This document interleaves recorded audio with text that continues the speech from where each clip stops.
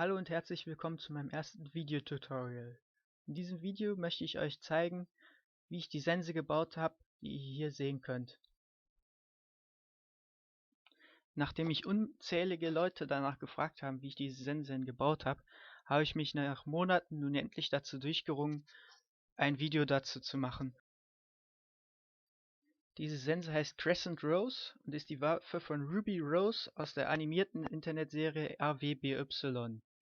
Wie ihr in dem Video sehen könnt, kann die Sense wie in der Serie schießen und kann auch teilweise zusammengefaltet werden. In diesem Video werde ich euch aber nur zeigen, wie ich die ursprüngliche Form meiner Sense gebaut habe. Welche Reparaturen und Verbesserungen ich daran vorgenommen habe, werde ich euch dann später in einem zweiten Video näher bringen. Und ein Hinweis noch vorab: Ich habe während dem Bau leider nicht daran gedacht, von jedem einzelnen Schritt Fotos zu machen, weswegen ich euch einige Sachen nur verbal erklären kann.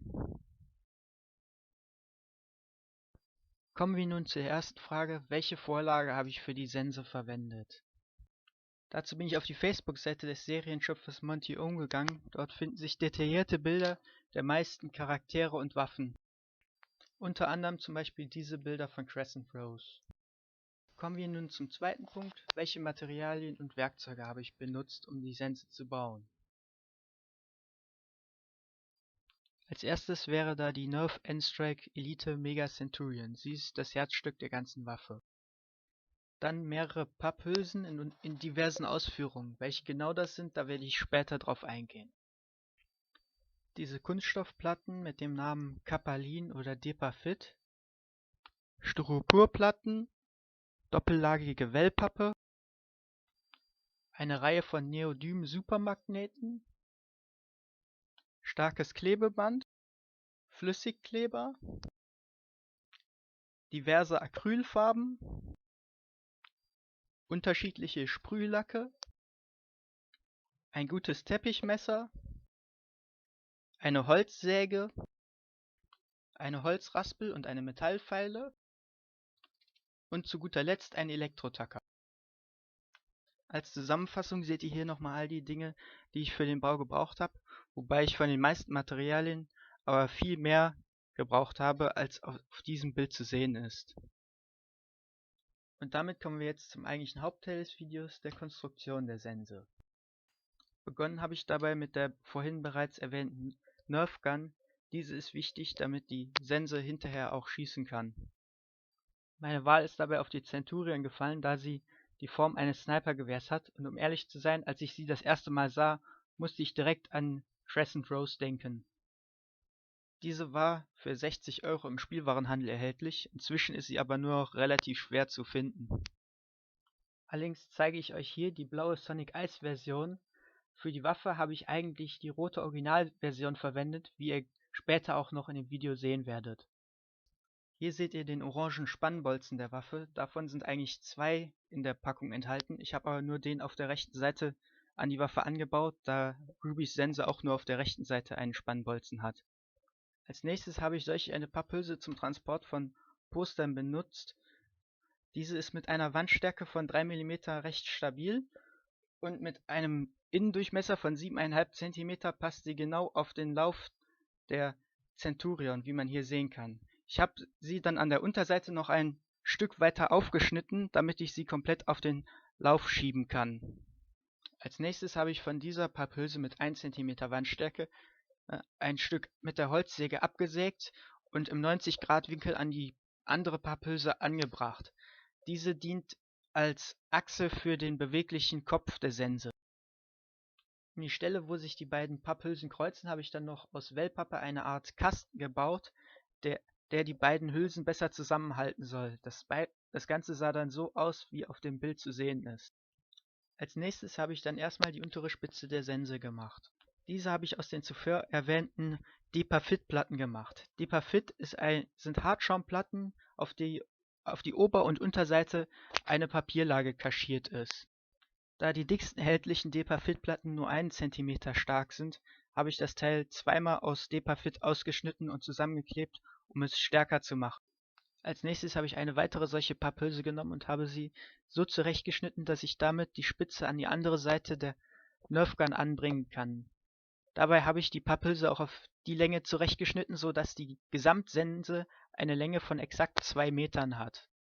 Das gesamte Ding sah dann so aus, hier im Vergleich zu meinen beiden Tessaiga-Schwertern. Als nächstes habe ich damit begonnen, die einzelnen Klingenteile aus Depafit-Platten auszuschneiden und nacheinander an die Sense anzubringen. Als Vorlage habe ich dazu dieses Bild von Monty Ohms Facebook-Seite genommen. Dort habe ich einfach die Maße der einzelnen Teile gemessen und dann auf eine Gesamtlänge der Sense von 2 Meter hochskaliert. Angefangen habe ich dabei mit diesem kleinen Teil auf dem Rücken der Sense. Ich habe das Teil zweimal aus 5 mm starken Depafit-Platten ausgeschnitten und dann jeweils rechts und links an der Sense angebracht. Um das Ganze zu stabilisieren, habe ich dazwischen einen Platzhalter aus Styroporplatten angebracht. Dieser hatte diese Form. Die abgerundeten Ecken habe ich durch die Bearbeitung mit der Raspel und der Feile hinbekommen. Als nächstes habe ich diese beiden Teile für den Kopf der Sense aus 1 cm starken Depafit-Platten ausgeschnitten. Dabei musste ich nur eine Änderung vornehmen, und zwar musste ich dieses Teil um ein paar Zentimeter länger machen, damit es beim Zusammenfalten der Sense bis zum Magazin reicht. Da das Teil an dieser Stelle mit der Achse der Sense verbunden werden sollte, habe ich es noch verstärkt, indem ich einen Ring aus Depafit ausgeschnitten habe und dort aufgeklebt habe. Anschließend habe ich die großen Teile jeweils rechts und links auf die Sense aufgesteckt. Im fertigen Zustand sah das Ganze dann so aus. Hier und hier sieht man jeweils die Verstärkungsringe. Um das nächste Teil der Sense anzubauen, habe ich hier an der Spitze des großen Teils eine weitere Achse eingebaut. Diese habe ich befestigt, indem ich hier auf der Innenseite Ringe angebracht habe. Außerdem habe ich die nächsten Teile auch wieder mit Ringen verstärkt. Um die Konstruktion zu stabilisieren, habe ich dann mehrere Platzhalter aus Styropor angebracht, so zum Beispiel hier, hier und hier. Dann habe ich das große Teil von einer Seite mit einer Abdeckplatte verschlossen. Das hat unter anderem auch die Stabilität extrem verbessert. Als nächstes habe ich dann die Spitze der Klinge gemacht. Diese habe ich auch wieder aus Depafit-Platten ausgeschnitten und habe eine Papphülse als Achse eingesetzt. Diese habe ich dann an die Sense angebracht, indem ich runde Platten mit dem Innendurchmesser der Papphülse hier und hier an die Sense angeklebt habe und die Papphülse dann dazwischen gelegt habe. Nun ließ sich die Sense zwar schon wunderbar auseinander und wieder zusammenfalten, sie würde aber noch nicht in Position bleiben. Deswegen habe ich jetzt zu solchen Neodym-Supermagneten gegriffen. Auf dem Bild seht ihr zwei der Magneten, die ich verwendet habe. Sie haben einen Durchmesser von 30 mm und eine Dicke von 5 mm. Laut Hersteller können sie ein Gewicht von 10 Kilo halten. Zwischen den beiden Magneten befinden sich ein paar Abstandhalter. Diese sind nötig, da man die Magnete sonst kaum noch auseinanderkriegen würde. Da die Magnete so stark sind, rate ich auch jedem, der damit umgehen will, zu äußerster Vorsicht, da man sich sonst daran leicht verletzen kann. Diese Magnete habe ich dann an unterschiedlichen Stellen in der Sense eingebaut. Mehrere Magnete befinden sich an dieser Stelle und dieser Stelle, um den großen Teil der Sense offen zu halten. Um den kleinen Teil der Sense offen zu halten, befinden sich mehrere Magnete an dieser und dieser Stelle, jeweils rechts und links. Außerdem befinden sich Magnete an dieser Stelle und dieser Stelle.